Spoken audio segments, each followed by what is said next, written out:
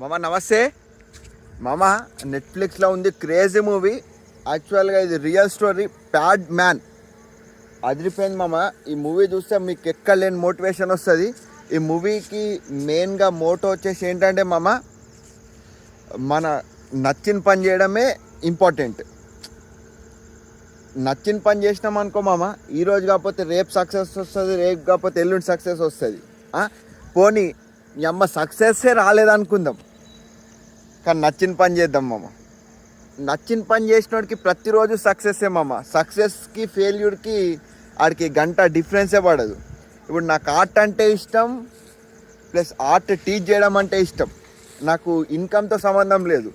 నేను 4 లక్షలు అడ్వాన్స్ కట్టిన గచ్చిబౌలిలో ఒక ఆఫీస్కి, ప్లస్ ఒక నెలకి ₹1,00,000 రెంటు. చూసినా మామ, నేను ధైర్యంతో చేస్తున్నా.